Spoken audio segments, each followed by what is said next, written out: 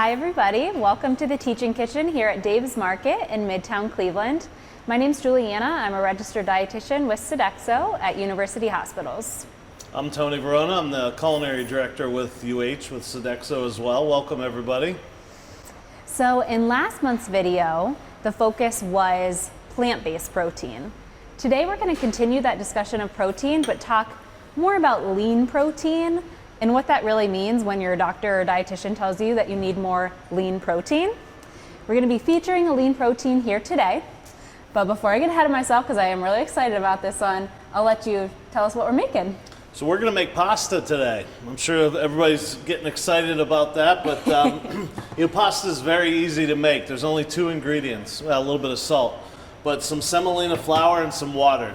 So today I'm going to show you how to make the pasta real quick. I have some that I'm going to show you how to roll out. We're going to use a machine, but we're also going to do some by hand. So don't worry if you don't have a machine. But there's a ton of different machines you can buy to roll out the pasta and to get the different shapes you want.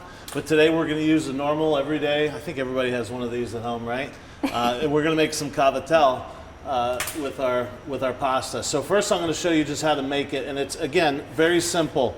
So I weighed this out. This is semolina. You can buy semolina anywhere. This just happens to be a double milled semolina. And typically when you buy pasta in the supermarket, it's gonna mostly have no eggs, all right? You can put eggs in it, but this recipe is just eggs and water. That's it, and some salt, okay? Real simple, and really need no machine. So here's 7 ounces of semolina. I'm gonna dump it right on the table here. I'm gonna add a little bit of salt, because your pasta's gotta have a little bit of flavor. And I'm gonna make a little bit of well. And I like to weigh everything out. And really, this is a recipe that it's not very hard to remember, because it's 7 ounces of flour and 3.5 ounces of water and just a pinch of salt. Simple so far, right? So I take a little fork, and if you had eggs, you would whip them up and scramble in here. But you want to kind of keep this moat from overflowing. You see what I'm doing with the tines of the fork? I'm kind of reaching under there and bringing them in until I start getting a nice little gooey mass. See how I'm bringing that in? Once I get to this point, see, it's not gonna flow out anymore. I'm just gonna scoop this in. And I'm gonna take my fork and just kind of mix it a little bit, and then we're gonna start to knead. I'm not gonna knead it for the full time just because we're on video, but 7 to 8 to 10 minutes is what you have to knead it for, okay? You have to knead it for that amount of time. That's your little workout. There is gluten in here, right? So you can see I'm working right on the surface. This is a clean surface. You can see I'm just kind of folding it together. 7 to 10 minutes. We're just gonna bring this into a ball.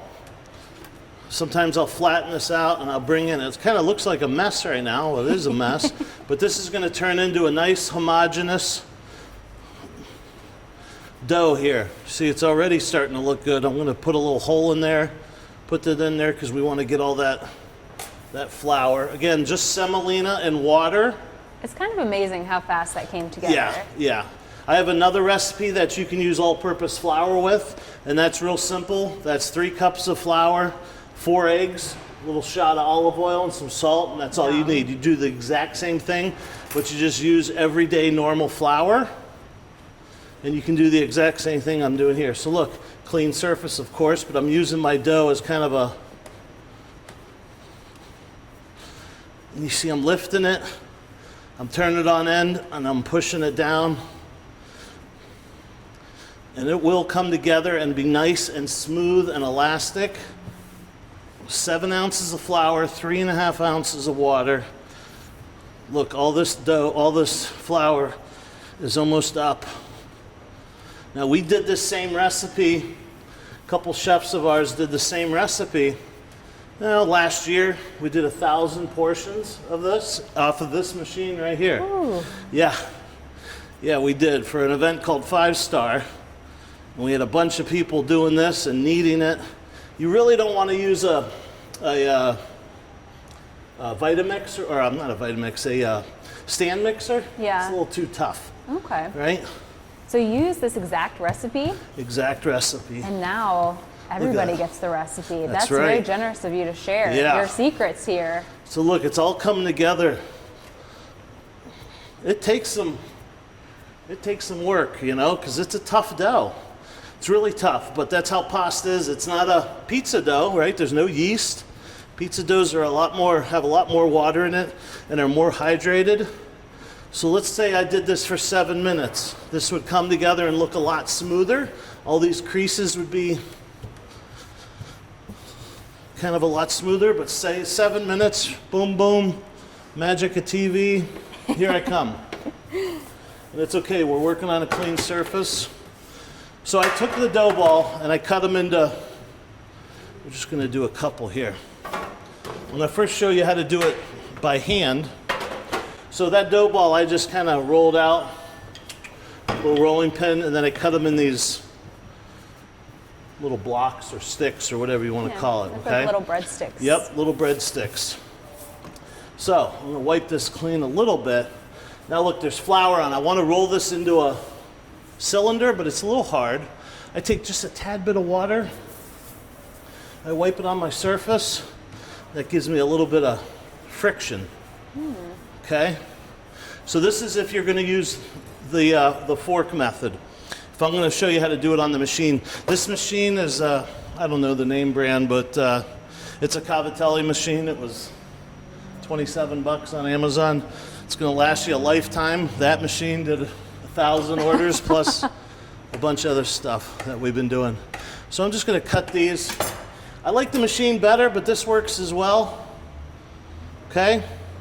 Kind of like a gnocchi. But you see how I get that? That's what you're looking for. That little curve, that's where all that sauce is going to get captured in there. So I just roll it, give it a little bit of, see how this dough is very forgiving. It's firm, okay? So we're gonna cook that off with them. But then for the machine, what I like to do is take this, just give this a little roll. This is cool. This is really cool. You're gonna love this. A little bit of flour. I'm gonna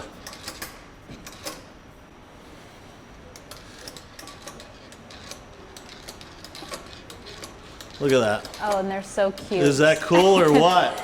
Yeah, that's awesome. You end up getting these little things here. That's no big deal. But look at that. All right? I mean, literally, when I made that dough, I forgot to say, knead it for 7 to 10 minutes, let it sit for an hour at room temperature because you want that water to hydrate. Once it hydrates, you can do exactly what I did here. So yeah, you gotta let it sit for a minute, but in an hour, you can have fresh pasta out of 2 ingredients. That's pretty amazing. Pretty amazing. I didn't realize just how simple it could be. Now I got another special treat for you. So, I already made some.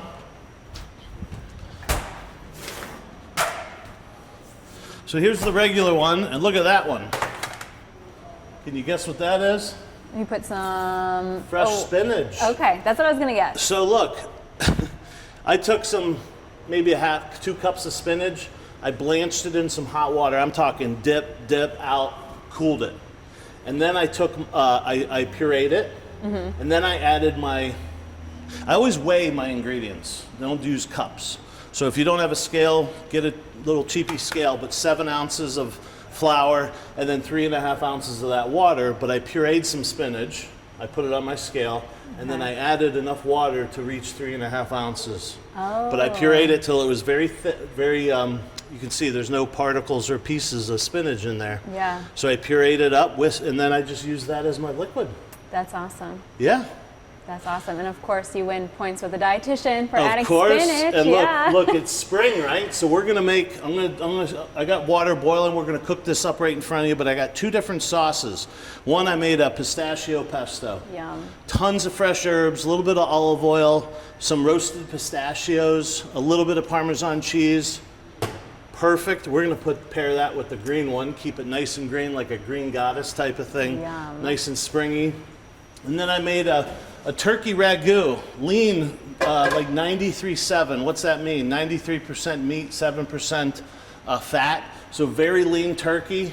And I just made the recipe I think is going to be on the website. Yep. I just made an Italian sausage filling, like seasoning. So some fennel, some salt and pepper, a little bit of oregano, very simple stuff. Yeah. And then I sauteed that, browned it up, and added some fresh tomatoes, no canned, I used fresh tomatoes. And that's it. That's it, made a little ragu. So let's make some pasta. I'm gonna take this lid off. Anytime you cook pasta, you want a ton of water, right? So a pound of pasta, probably 1.5 gallons of water, right? Because what happens when you put pasta, I'm gonna keep this on until I stop talking. When you boil pasta, you want it to come up to a boil as quickly as possible. That pasta drops to the bottom. If you have just a little bit of water, that starch comes out and it's hard for it to come up to a boil, and then it all sticks and it's clumpy and nasty. Typically dried pasta will take anywhere from 9 to 12 minutes to cook. This stuff is gonna cook in maybe 2 minutes. Wow. Okay?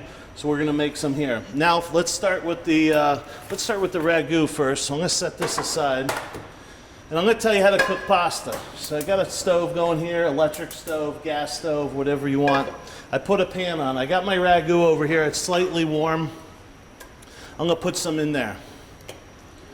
I'm going to drop my pasta. I'm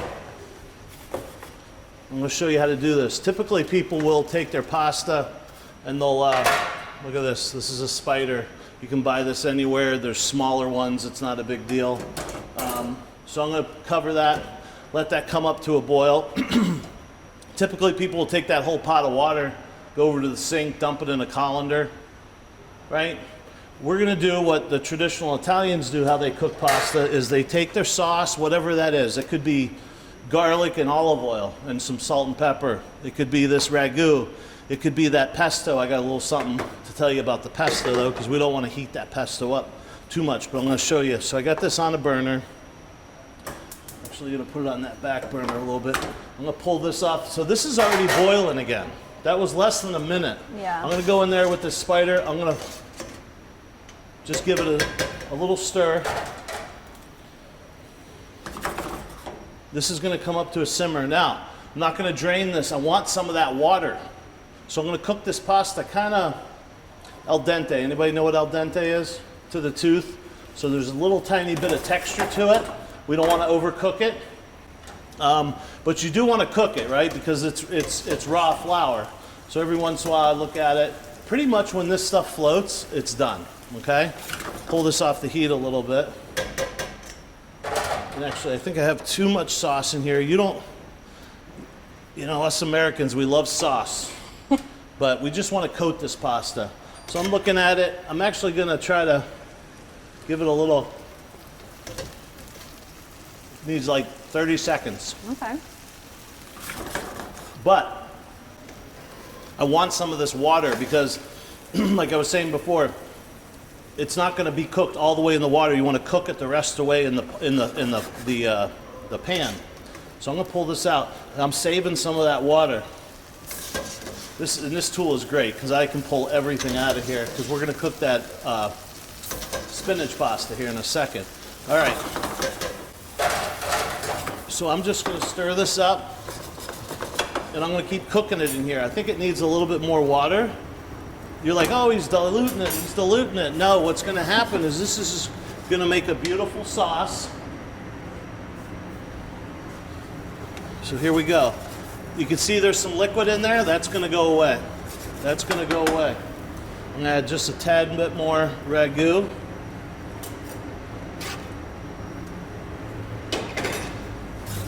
Let this go. You see how I'm keeping it moving? If you start seeing your pasta clump up, then you cook the pasta too long in the water. Right now it's nice and al dente. Wow. I can't get over how quickly this comes together. You look at that. It looks See so that? good. And it makes that starch that I pull out that's still on there, that's in there in the water, just makes a lovely sauce, and it brings that whole dish together. I'm done. I'm going to leave that on. We're going to plate this up. All right. So I'll just add here that we Please. did choose the turkey as an alternative to pork or beef because it's a leaner option. And what do we mean when we're saying lean? A little less cholesterol. Mainly we're talking about less fat, specifically saturated fat. We know too much saturated fat increases our risk for heart disease. So the American Heart Association recommends only about 5 to 6% of our daily calories come from saturated fat. To put that into perspective, if you ate 2,000 calories a day, that'd be like 13 grams. And things that are naturally higher, or protein sources that are higher in saturated fat, are gonna be like our red meats, cheese, unfortunately. Other things are like ice cream, butter. Coconut oil is high in saturated fat too. So all things that we don't want to overdo. I dropped my spinach pasta.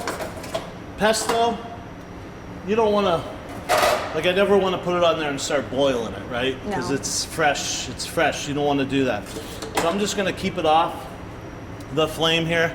And I'm going to let the water do the, I am going to put it back on there, but I'm going to let the water do the, kind of the cooking of it. I don't know, I've been getting into this kind of everything green type of thing, and this is really going to be. And this was a surprise, but this pistachios, nuts, that's a good lean protein right there. Yeah. Most of the fat, I mean, we know that nuts are high in fat, but it's not the saturated fat. It's that unsaturated fat that we want more of in our diet. So good work, Chef People Tony. make pesto with walnuts. Pine nuts are very expensive, but you can do it with walnuts, right? I don't know the difference between walnuts and pistachios nutritionally, but both good benefits. Good Similar, benefits. yeah. If you like one more than the other, I'd say use that one. okay, so this is almost done. And you can see if I made 2 pastas and you have a party or you're having a family dinner. Oh, by the way, I made this yesterday and froze it. And it freezes, that's the way you should do it. If you leave it, this is done. Pasta freezes wonderfully. Yeah. I freeze it in Ziploc bags and just lay it flat, and it works great. And then only take it out when you need it. This was thawed, but you can cook it straight from frozen. Straight from frozen. That's awesome. Yep. So here's the one with the pistachio pesto. Again, there's a lot of strong flavors in that pistachio pesto, so you don't need a lot. I am going to add a little bit of water to this. Just a tad. You got to have that eye, right? Now look at that. That's making it like a, before it was just a bunch of pesto on it. Now it's got like this almost creamy sauce, right? Without adding any extra fat. Oh, smell that. What's pasta with just about a little bit of cheese and some more green? It's beautiful. So there's your cavatelli with turkey ragu and then a pistachio pesto cavatelli. I love it. I'll just add a little bit more about our lean protein options. Of course, we don't expect you to cut out all red meat. You can still enjoy, whatever meats you like and find leaner options. Keep in mind, poultry does have saturated fat. It's mainly in the skin or just below it. So buying skinless or taking off the skin will make it leaner. If you're doing pork, look for loin, tenderloin, hams. Those are generally leaner. And then for beef, look for loin again, top sirloin, round steaks and roasts. Just trim off any extra fat as well. That too. Yeah. And then when you're looking for ground meat, 90% or higher lean. What did you say? This was 93? 93.7 on That's the turkey, great. but beef you can get all the way from like 70-30, which is a ton of fat. 85-15. Usually 90-10 on beef is the way to go. 90 is going to be your lean choice. So we hope you'll try this. Maybe make a little lean swap in your life. Impress your friends with this pasta recipe. One more thing, you can make this with whole wheat flour as well, and freeze it. Make a big batch of it, spend a Sunday or something and make, who knows, how many pounds of it. Freeze it and you'll have it for a long time. Pull it out when you need it. I think I'm going to have to do that. All right, well, thanks so much for watching. We'll see you next month. Thanks, everybody.